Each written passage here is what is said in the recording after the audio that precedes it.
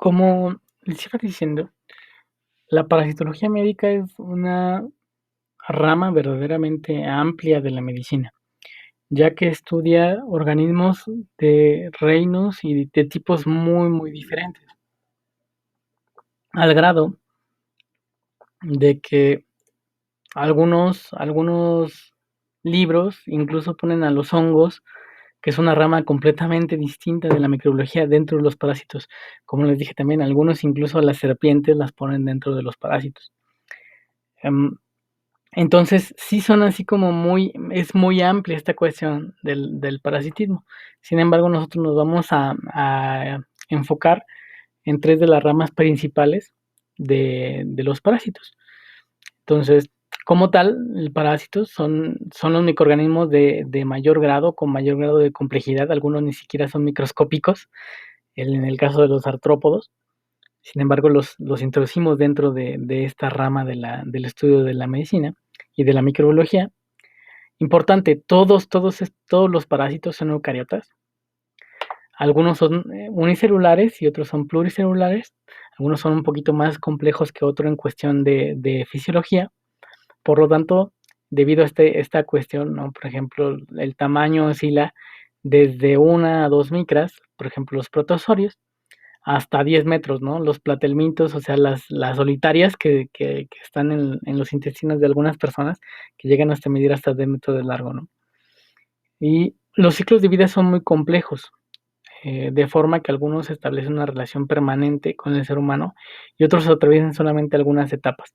Entonces, ya dependiendo de cada uno en específico, va a tener ciertas cuestiones muy, muy propias de esa relación. Sin embargo, recuerden, los parásitos normalmente coevolucionan con su huésped. Entonces, debido a ese gran tiempo de una relación simbiótica, de una relación cercana entre el parásito y el huésped, en este caso nosotros los seres humanos, pues precisamente han coevolucionado. Tanto nosotros hemos generado mecanismos para defendernos de los parásitos, como los parásitos para esquivar al sistema inmune de los seres humanos y poder pues tener completar su ciclo de vida o tener más alimento, dependiendo ya de cada acción que haga el parásito dentro de nosotros como seres humanos. Y entonces, como les digo, dada esta gran complejidad que es realmente el estudio de la parasitología médica, nosotros vamos a estudiar 3 de los grupos principales y los más importantes de la parasitología, que son los protozoos, los helmintos y los artrópodos. Hablando un poquito sobre los protozoos, esta fotografía me gusta mucho porque vamos a enfocarnos a hablar del reino protista. ¿Qué es el reino protista y por qué es importante verlo desde el punto de vista del árbol de la vida? Porque el reino protista es muy, muy diferente a los demás reinos y sobre todo a los demás reinos eucariotas. Si quieren, vean por un minutito el árbol. Si quieren, pónganle pausa para que revisen la diferencia entre los protistas que están en este caso de un azul como grisáceo, de un azul ocre. En cambio, con los hongos o las plantas o los animales, vean bien el diagrama, vean bien el árbol de la vida y a ver si ven la diferencia entre uno y otro. Denle pausa un momentito. Bien, si ya despausaron, ahora, ¿cuál es la gran diferencia entre unos y otros? Que, por ejemplo, las plantas, los hongos y los animales son monofiléticos, en cambio, los, los protistas son multifiléticos o polifiléticos. ¿Esto qué quiere decir en español de las personas normales? Que básicamente las plantas, los hongos y los animales tenemos un ancestro común, solamente un ancestro común.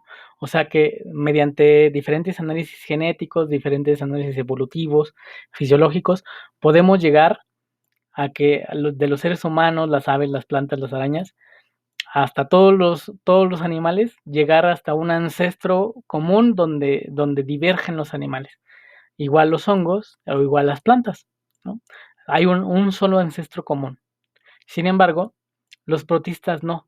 Los protistas son polifiléticos o multifiléticos, ya que son diferentes grupos de organismos que más allá de agruparse por sus por una cuestión evolutiva o por una cuestión genética debido a qué tanto se parecen genéticamente, los agrupamos más bien porque tienen características muy similares y, por ejemplo, estas características similares son unicelulares, son eucariota, no forman parte ni de las plantas, no son hongos tampoco y tampoco son animales, ¿no? Entonces, debido a esas diferencias, por así decirlo, el reino protista o los protistas, como aquí algunos le ponen, que no es lo más adecuado, los ponemos o es un grupo generado artificialmente donde metemos todo lo que no entra en los demás grupos, ¿no? Entonces, por eso van a tener características tan diferentes unos de otros. Eh, Comparado igual, por ejemplo, también con las bacterias y las arqueas. Entonces, son un reino muy, muy complejo debido precisamente a las diferencias y a los diferentes orígenes que tienen los, los protistas. Sin embargo, ya en la parasitología médica, sobre todo nos vamos a enfocar en 3 filo específicos, que son los Sarcomastigófora, los Ciliófora y los Aplicompexa. Eh, ¿Cuáles son algunas características importantes de ellos? Por ejemplo, dentro de los Sarcomastigófora vamos a tener a los Rizópoda, Rizopede, y los Somastigófera.